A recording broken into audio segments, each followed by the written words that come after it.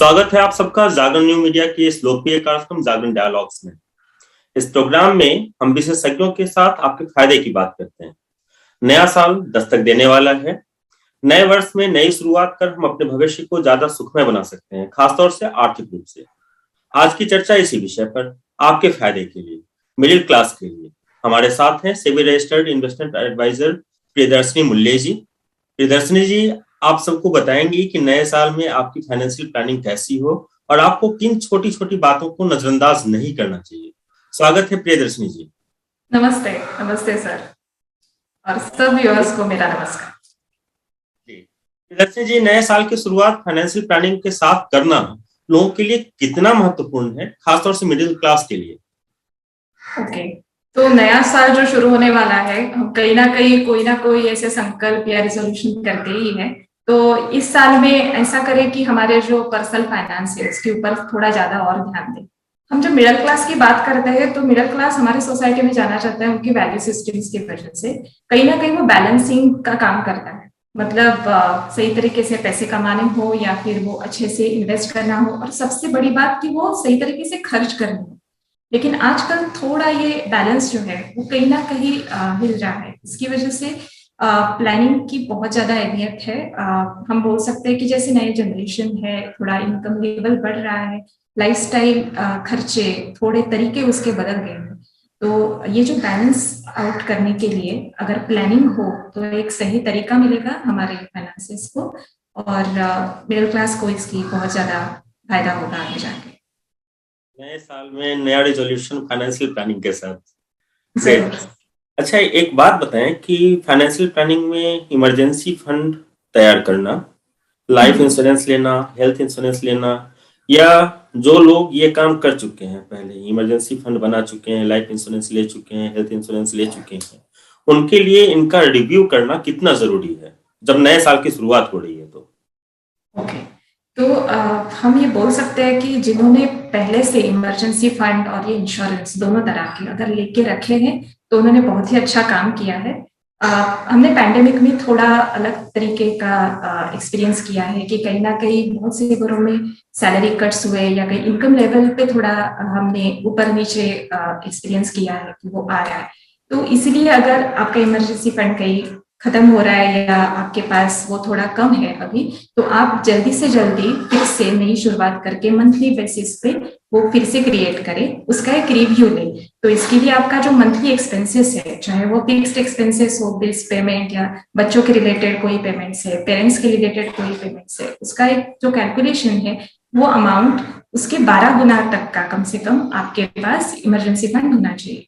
वो आपको ऐसे तरीके से इन्वेस्ट करना है कि वो जल्दी से जल्दी आप रिडीम करें तो आपके हाथ में वो पैसे आ जाए।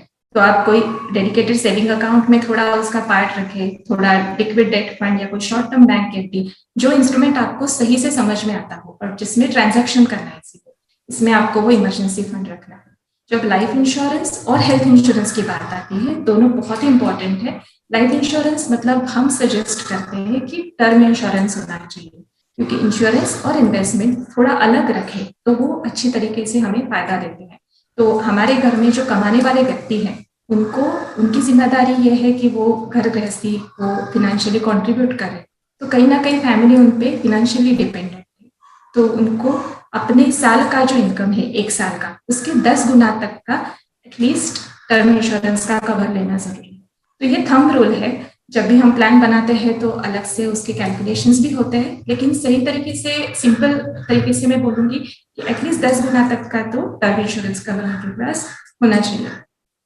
आगे जाके हम जो हेल्थ इंश्योरेंस की बात करें तो हम अगर कहीं जॉब करते हैं तो हमारे एम्प्लॉयर्स भी हमें हेल्थ इंश्योरेंस कवर देते हैं, जिसमें हम हमारी फैमिली थोड़ा ग्रुप इंश्योरेंस में वो कवर होते हैं। तो कहीं ना कहीं बहुत से लोग सोचते हैं कि और एक इंश्योरेंस क्यों लेना, लेकिन आपने अगर पर्सनल हेल्थ इंश्योरेंस नहीं लिया है तो आप ये नए साल में personal family floater health insurance और लेके रखिए, क्योंकि हमारा जो प्राइवेट सेक्टर का जॉब होता है या उसमें बहुत से बदलाव आते हैं, हम कहीं ना कहीं हमारे एम्प्लॉयर्स भी चेंज हो जाते हैं। तो वो पॉलिसी के हिसाब से एक अगर बैकअप में हमारा पर्सनल पॉलिसी हो तो हमें कई भी तरह का कोई नुकसान नहीं होता। तो ये बहुत जरूरी है। ये 3 चीजें जिन्होंने की है तो ऐसे तरीके से रिव्यू कर सकते हैं, अगर नहीं की है तो आपको नए साल में ये 3 चीजें बहुत जरूरी है, हमें करना चाहिए। जी प्रियदर्शनी जी, मध्यम वर्गीय जो होते हैं वो आमतौर पर पैसे जमा करते हैं, इन्वेस्टमेंट करने से दूर रहते हैं। चलो भाई, बच्चे की शादी है, कोई बात नहीं, पैसे बैंक में जमा करते रहो, ठीक है, या किसी ऐसी जगह पे गोल्ड वगैरह में लगा दो जहां सुरक्षित रहे। मतलब उस जो पारंपरिक निवेश का तरीका है उससे लोग बाहर नहीं आ पाते। दूसरा ये भी देखने को मिलता है कि लोग केवल बचत करते हैं, इन्वेस्टमेंट करते हैं, वो जब जरूरत होती है उससे निकाल लेते हैं, जिसको हम गोल बेस्ड इन्वेस्टिंग कहते हैं, वो नहीं करते। जबकि आप लोग एक फाइनेंशियल प्लानर जो है वो हमेशा ही गोल बेस्ड इन्वेस्टिंग की बात करते हैं और सलाह देते हैं आप लोग। तो फाइनेंशियल प्लानिंग में गोल तय करने की, लक्ष्य तय करने की क्या अहमियत है, और इससे मतलब लोगों को क्या फायदा हो सकता है?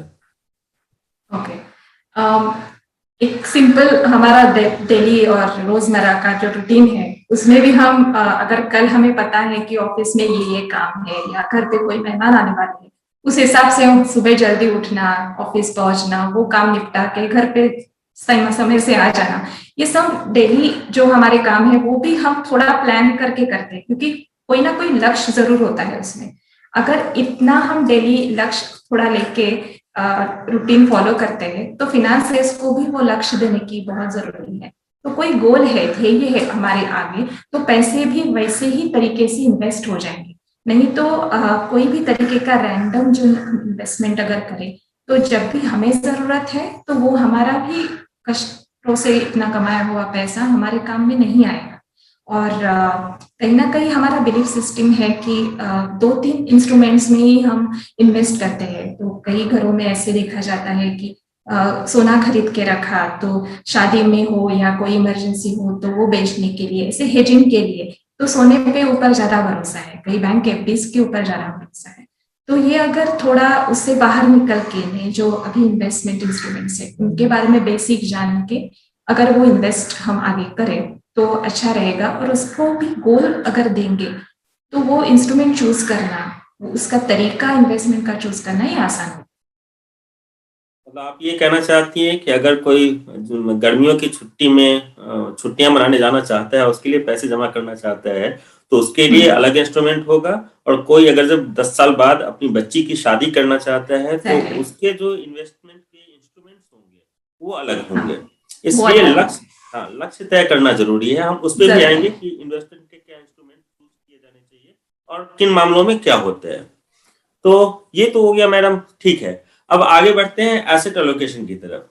एसेट एलोकेशन और डाइवर्सिफिकेशन, इसका इन्वेस्टमेंट में क्या इंपॉर्टेंस है, खासतौर से जब हम इक्विटी की बात करते हैं, इक्विटी म्यूचुअल फंड की बात करते हैं, तो इनमें किस आधार पर हमको निवेश करना चाहिए? ओके, एसेट एलोकेशन मतलब जितने भी हमारे इन्वेस्टेबल सरप्लस होते हैं या फिर इन्वेस्टमेंट करने के लिए जितना पैसा हमारे पास है उनको सही तरीके से डिवाइड करना। तो हमने अभी लक्ष्य की बात की, तो हमारे शॉर्ट टर्म, मीडियम टर्म या लॉन्ग टर्म ऐसे कुछ गोल्स हमने अगर तय किए तो उसके हिसाब से हम इंस्ट्रूमेंट्स चूज कर सकते हैं। मतलब जैसे छुट्टियों के लिए अगर 2 साल में ही जाना है तो कोई शॉर्ट टर्म बैंक एफडी में किया, या फिर मीडियम टर्म में अगर कोई बच्चों के लिए एजुकेशन के हिसाब से अगर करना है तो वो तरीके से कोई बैलेंस्ड फंड में ऐसे इन्वेस्ट किया, या फिर लॉन्ग टर्म में इक्विटी होना बहुत जरूरी है। तो ये ऐसे हम डिवाइड जो करते हैं हमारे रिस्क एपेटाइट और गोल के हिसाब से, उसको एसेट एलोकेशन बोलते हैं। जैसे हम एसेट एलोकेट करते हैं वो अपने आप डाइवर्सिफिकेशन हो जाता है।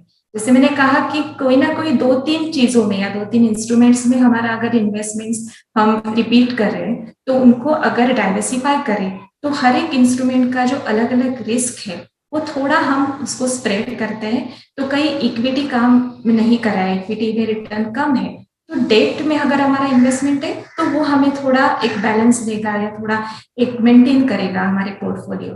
तो इसलिए डाइवर्सिफिकेशन और एसेट एलोकेशन ये मायने रखता है।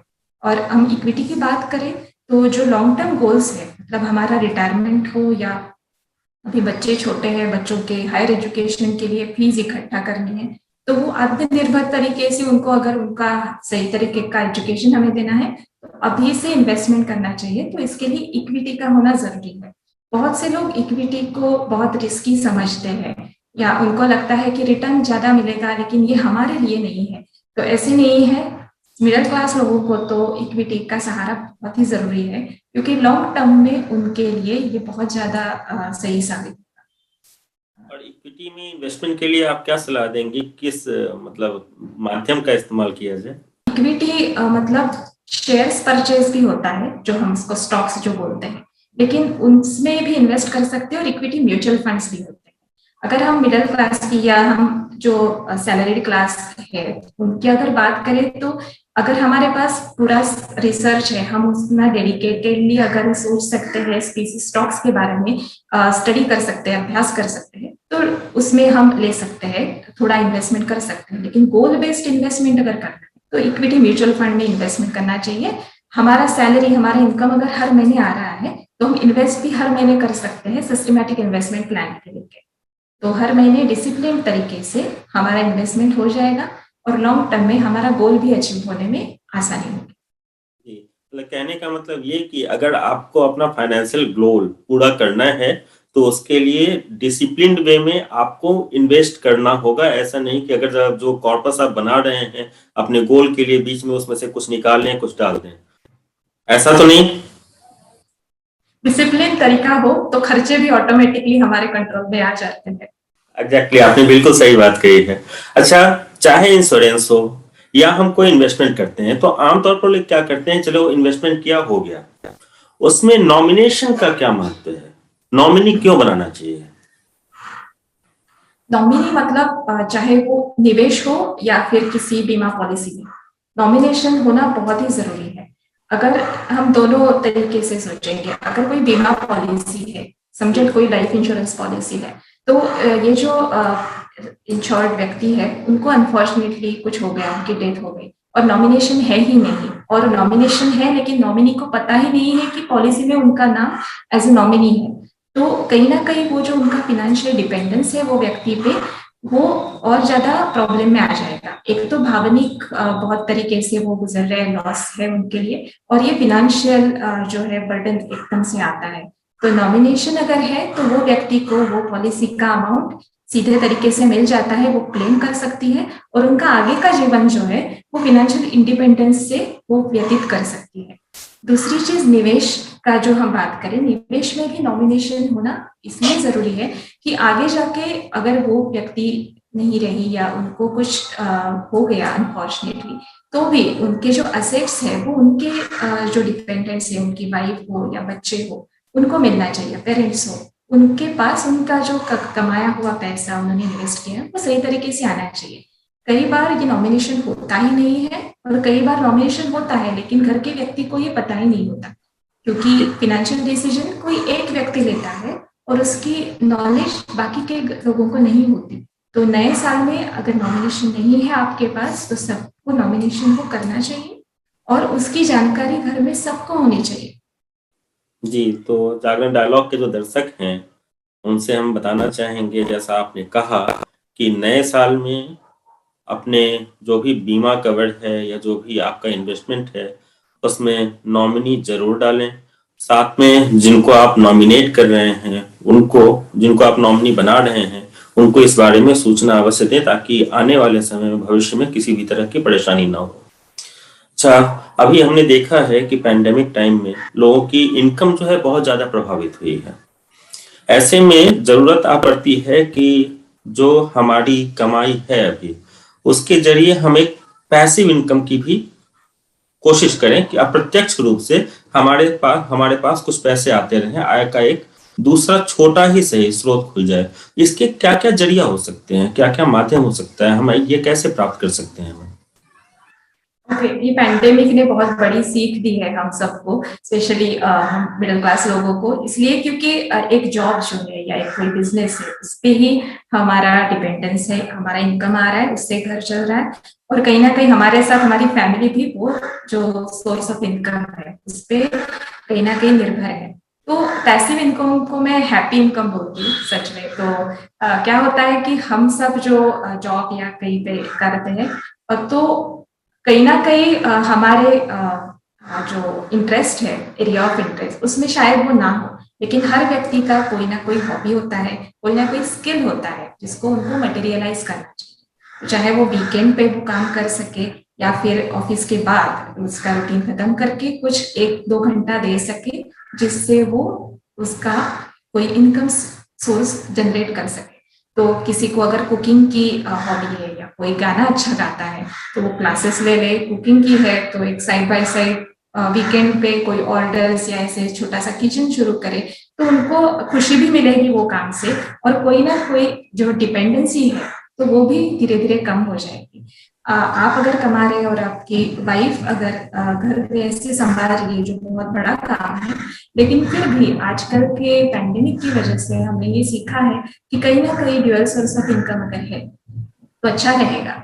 तो उनकी अगर कोई हॉबी है उनको आप बढ़ावा दे, और वो भी वो सब संभाल के अगर कुछ करना चाहे तो उनकी खुशी का कोई काम वो शुरू करें। निश्चित रूप से मैम, एक और बात जो महत्वपूर्ण है, हम लोगों ने चर्चा की थी अभी लाइफ और हेल्थ इंश्योरेंस की, उसमें हमारे कुछ दर्शक जानना चाहते हैं कि मान लीजिए कि अगर किसी ने अपना होम लोन प्लान किया हुआ है अगले साल, या कोई पर्सनल लोन लेने जा रहा है, तो वैसे में क्या लाइफ इंश्योरेंस कवर जो है, क्योंकि लायबिलिटी बढ़ रही है उनकी, तो उनको अपने लाइफ इंश्योरेंस कवर की समीक्षा करनी चाहिए, उनको देखना चाहिए कि क्या जो होम लोन की लायबिलिटी है उसके हिसाब से उनका लाइफ इंश्योरेंस कवर ठीक है, या कोई और लोन ले रहे हैं। जरूर, हम जब प्लान करते हैं तब ये कैलकुलेशंस जो है उसमें ये जो लाइबिलिटीज और ये जो एडिशनल रिस्पॉन्सिबिलिटीज हम होते हैं तो वो जरूर हम काउंट करते हैं। तो अगर वो प्लान कर रहे हैं, उनको पता है कि कितने अमाउंट तक का होम लोन उनके पास आएगा या उनको ईएमआई बेयर करना पड़ेगा, वो जो होम लोन का अमाउंट है उसका उनको टॉपअप लेना चाहिए। मतलब उस तरीके से उनको कवर बढ़ाना चाहिए कि आगे जाके उनके जो डिपेंडेंट्स है उनको कोई परेशानी ना। एक आखिरी सवाल कि आपने इन्वेस्टमेंट की बात की, आपने इंश्योरेंस की बात की, आपने फाइनेंशियल प्लानिंग की बात की, मुख्य हिस्सा इसका इन्वेस्टमेंट है। इन्वेस्टमेंट में जो हम कर डालते हैं तो उसकी समीक्षा, उसका रिव्यू हमको कब करना चाहिए और ये क्यों जरूरी है? जरूरी बहुत समीक्षा ये बहुत जरूरी है। हम जब शॉर्ट टर्म या गोल बेस्ड इन्वेस्टमेंट करते हैं तो ये समीक्षा और भी ज्यादा मायने रखती है। तो कोई शॉर्ट टर्म गोल के लिए हमने अगर इन्वेस्टमेंट किया है और जैसे वो गोल 1 या 1.5-2 साल तक का मैक्सिमम अगर हमने प्लान किया है, तो 1-2 महीने में एक बार हमें वो रिव्यू करना चाहिए, उसकी समीक्षा करनी चाहिए। कई बार ऐसे होता है कि शॉर्ट टर्म डेट इंस्ट्रूमेंट्स होते हैं, वो हमारे रेपो रेट की वजह से उनका जो परतावा है, उनका जो रेट ऑफ रिटर्न है वो ऊपर नीचे कहीं चला जाता है। तो उसकी वजह से हमें वो अगर समीक्षा करें तो सही तरीके से उसमें अगर कुछ बदलाव करने हैं तो वो कर सकते हैं।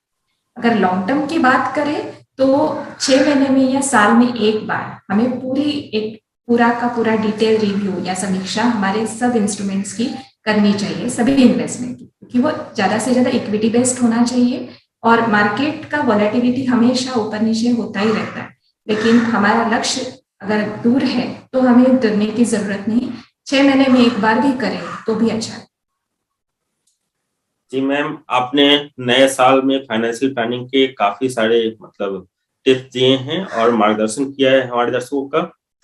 हमेशा की तरह आज के इस जागरण डायलॉग प्रोग्राम में हमने दर्शकों के फायदे की बात की है। नए साल में आपका फायदा हो, इसलिए अपनी फाइनेंशियल प्लानिंग आप किस प्रकार करें, इस विषय पर प्रियदर्शनी जी ने काफी विस्तार से और महत्वपूर्ण जानकारियां दी हैं। हमें उम्मीद है कि इनके सुझाव आपके काम आएंगे। जागरण डायलॉग्स का ये कार्यक्रम आप जागरण.com के यूट्यूब चैनल पर भी देख सकते हैं और इसका आलेख आप जागरण.com पर पढ़ सकते हैं। आप सबका बहुत बहुत धन्यवाद। धन्यवाद मैम। धन्यवाद। धन्यवाद। थैंक यू मैम, आपने बहुत बिजी शेड्यूल में से आज समय निकाला है। Thank you, my pleasure, my duty. आपने अपॉर्चुनिटी दी फिर से। Thank you. Thank you ma'am.